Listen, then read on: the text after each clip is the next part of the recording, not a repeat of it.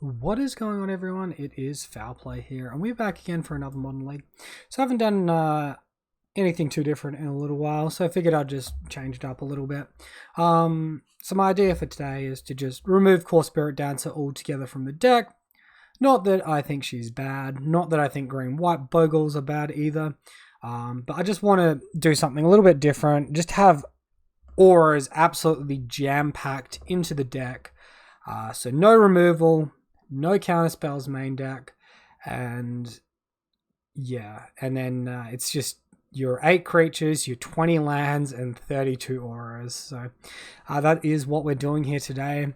So yeah, we've got our 20 lands as we saw before. We have indeed got the Dried Arbor in here. We've got 7 fetch lands, 4 of which are Windswept Teeth, 3 of which are Misty Rainforest, maybe a little bit difficult for you to see on there.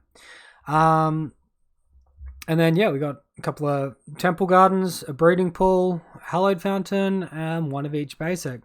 On top of that, we have the 1 of Horizon Canopy and the 4 Mana Confluence as well. For auras, we have quite a few playsets in here. We have the Ethereal Armor, we have the Hyena Umbra, the Curious Obsession, Rancor, and Daybreak Coronet as playsets. Then at 3, we've got Griff Spoon. We've also got Spider Umbra. And for 2s, we've got Spirit Mantle, Staggering Insight, and Sentinel's Eyes. So literally, like, all the auras you could ever want are in this deck. It's a little bit Glass Cannon because you don't have removal. We're, like, a little bit weak, I guess, to, like, Kaya's Guile as well, but that's just going to happen, I suppose. For the sideboard, I might just display it this way, I reckon. Card view. Alright, so for the sideboard, we've got 2 Deicide. I've been told that I was pronouncing that incorrectly, and I hope I'm a little bit closer now. We've got 2 Rest in Peace. We've got the 4 Leyline of Sanctity. We've got the 2 Stubborn Denial, the 2 Force of Vigor, the 1 Luris as the companion, and Gadokti. Might actually just change this up a little bit. I reckon I'm going to get rid of Leyline of Sanctity. Might go for some Force of Negations. So just bring in like 2 of them. We'll add in an extra Stubborn Denial. And I reckon an extra Deicide as well. Alright, so that's going to be the list, guys. I'm going to look to get into a league now.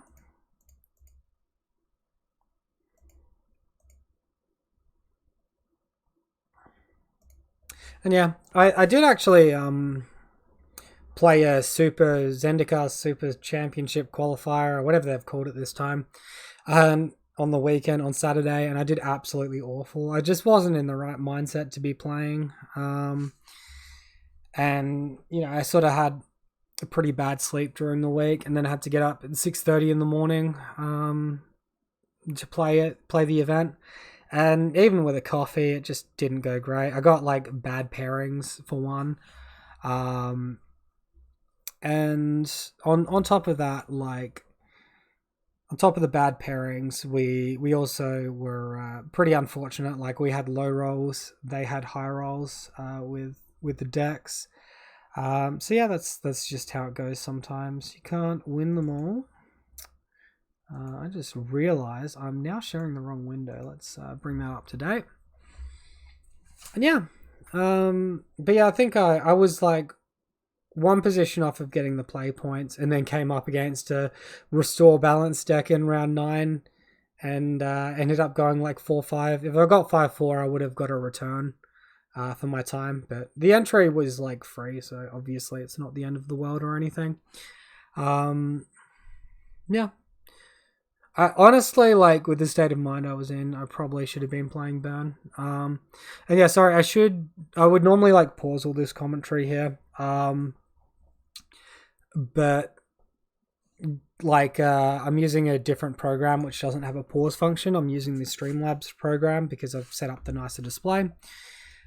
So I was going to say, like, just skip ahead to the timestamps if you ever feel the need.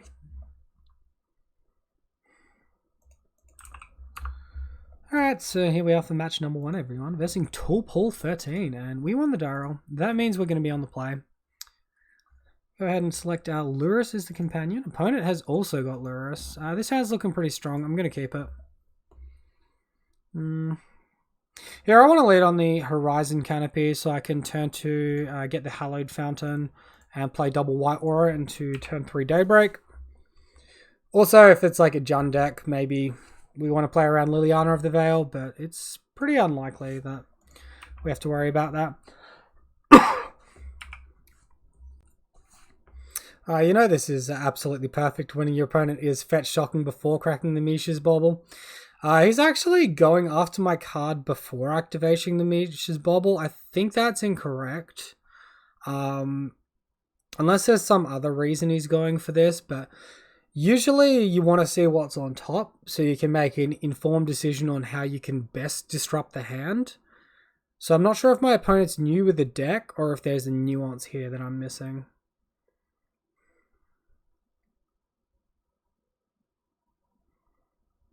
Surprise, surprise, Daybreak is down. Alright, well, just in time. We draw our scout here. We probably want to just get the Hallowed Fountain out here, take the damage.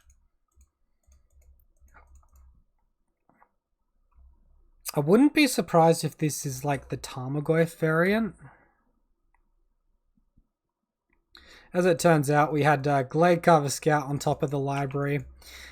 So that kind of sucks. We're going to attack, at least this turn. We might need to hold off next turn, depending on what we draw and depending on like if our opponent commits a big Death Shadow to the board or not. Our opponent can't have Liliana of the Veil, by the way. They've got Lurrus. I don't understand the game, obviously. Our opponent looks at the top of our library this time. And they see... What do they see? Sentinel's Eyes. Hello, baby.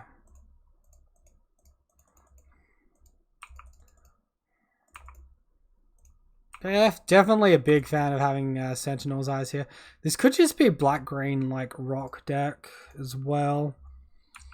The fact they went Overgrown Tomb into Swamp sort of suggests that. Opponent concedes. Cool. Vigilance is just too good for them, obviously.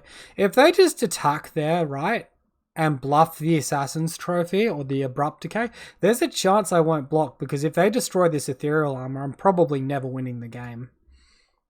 But also our opponent would need to commit another creature to the board to be able to block our damage, and, you know, that just brings on a slew of issues. So normally I like having removal here, but I don't have any removal in this list, which is going to be very awkward for us. I'm bringing the Force of Negation to help protect our hand a little bit, and the Stubborn Denial as well. But realistically, we're going to be in a bit of trouble here. I can definitely see Spider Umbrage as being our weakest aura. The Totem Armor is nice with blocking, in addition with like having the Vigilance on Sentinel's Eyes, but it's pretty expensive. Spirit Mantle is expensive, but it's also really important that we get some description of evasion to go over the top. We are on the play, which means we can remove a land. We're on the draw, pardon me, which means we can remove a land.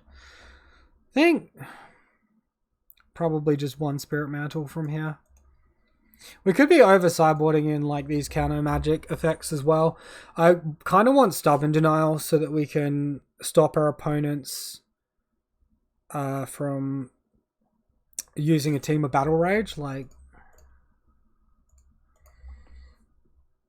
cool, good hand. I'll keep this.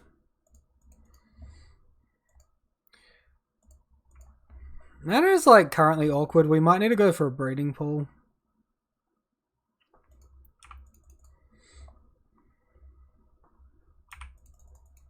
Opponent still has the Lurrus Companion, which means that they don't have Liliana of the Veil in the deck.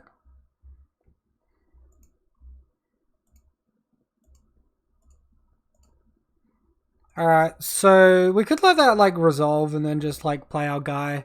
But I kind of want our hand to be a mystery here.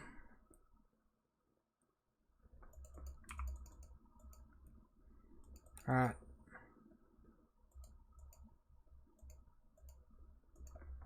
So sort of pressing us into going for blue mana, blue-green mana here with how the hand's turning out.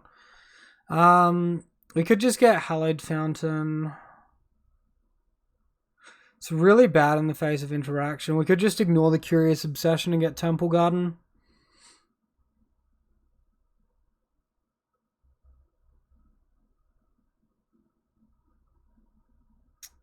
It's like all around whether or not our opponent has the second discard spell. Let's go to the Breeding Pool here. I'm going to gamble it. I'm going to play this off blue for swagger as well.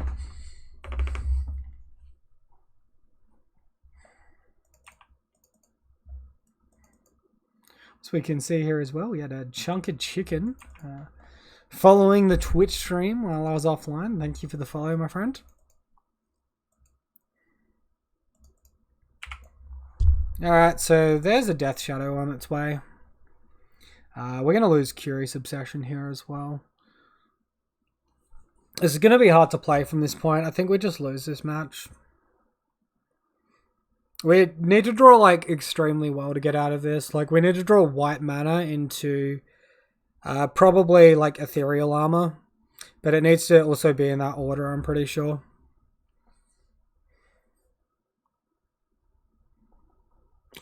Goodbye, Curious Obsession. Fucking just all the Mishra's Bobbles? Yeah, calm down, buddy. Jeez, I think he's had 3 Mishra's Bobbles in both games now. Not bad playing a 51 card deck here. Alright, so we brick on land drop, which means we're super fucking screwed. Opponent knows what the top card of our library is. Obviously, we don't know what's going on. If we draw white mana, we can put up a 4-power blocker, though, which is reasonable, and then we can get Vigilance online after that. If they like Plague Engineer, we're just dead, but they can't have Plague Engineer. Are you fucking kidding me with these Thoughtseer's, Brick? Jesus. He takes Rancor? I guess that's like makes the most sense from a mana efficiency stance, but it seems like an odd decision. Alright, so they have a 6-power Shadow here.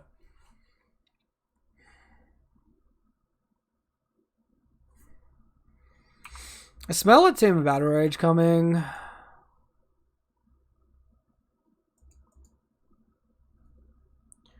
So like literally it just didn't fucking matter what we drew because he had triple discard and a big shadow. Like cool. So I guess maybe we hold on to Force of Negation, but then it wouldn't have made a difference with the amount of discard they had. I was trying to draw a card there just to see what would happen, but obviously it froze out on us. Let's bring a land back in now that we're on the play. Take out a Stubborn Denial because we don't want to have too many of them. I think like mostly we're going to be pretty happy with this configuration. Let's just run it.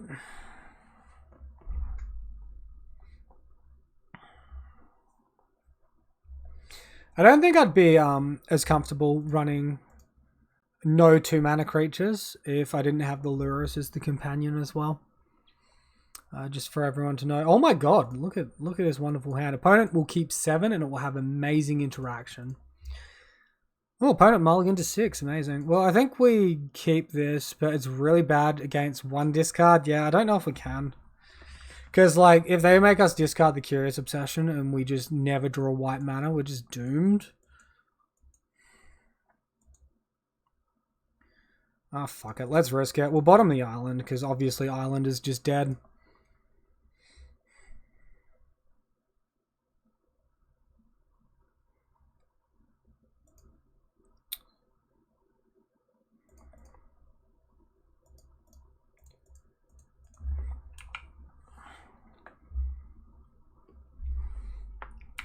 Get ready for another triple Mishra's Bobble and triple discard spell game, people. He's wasting absolutely no time to fetch and shock here. Surely the turn 2 discard spell is better because you go after the Daybreak Coronet. He's just lucky my mana is awkward as fuck this game. Again, Mishra's Bobble out of sequence. Why does he keep sequencing his Mishra's Bobbles like this? How's it doing anything?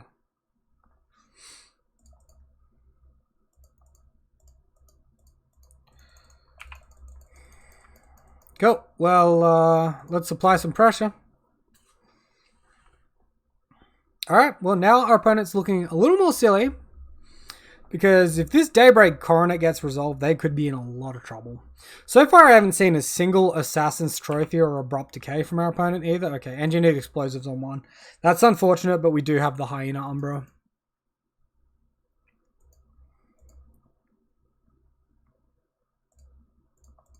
It's a good aura to help reset the board post-explosives active.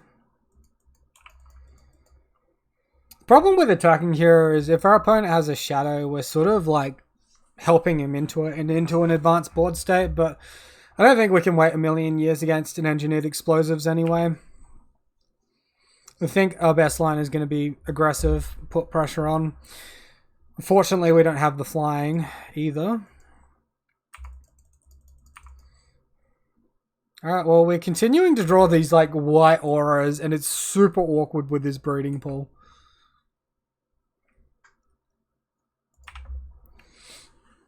What, does he have like explosives into Plague Engineer next turn? No, he can't have Plague Engineer. Hey, opponent's fixing our mana. Go us. Is this like only any time you can do a sorcery? Of course it is. Cool. Alright, well, we're probably dead. Our opponent is on 6 though. But obviously Death Shadow just like pretty much wins this. If he has Scourge, we might be okay. If he misses a land drop, miss a freaking land drop. Come on, man. Creature. Alright, well, we'll see what the magic gods do, because Loris is in hand. We need to hit land, we need to hit white mana, and then we need to be able to or he just has it all. Yeah, that's fine. He just has it all. Alright, we weren't winning this one, people. It's too hard without Leyline against this amount of discard. Hey, look, we finally saw the Tarmogoyf as well. Brilliant stuff. Really hard-earned victory here. Cool. Alright, well, that's all for today, folks. I'm sorry it didn't go any better, but sometimes your opponents just draw perfectly and it doesn't matter what you do. Yeah, big thank you all for watching. As always, let me know what you think down in the comment section below. Have a great day, and I'll see you next time. Cheers.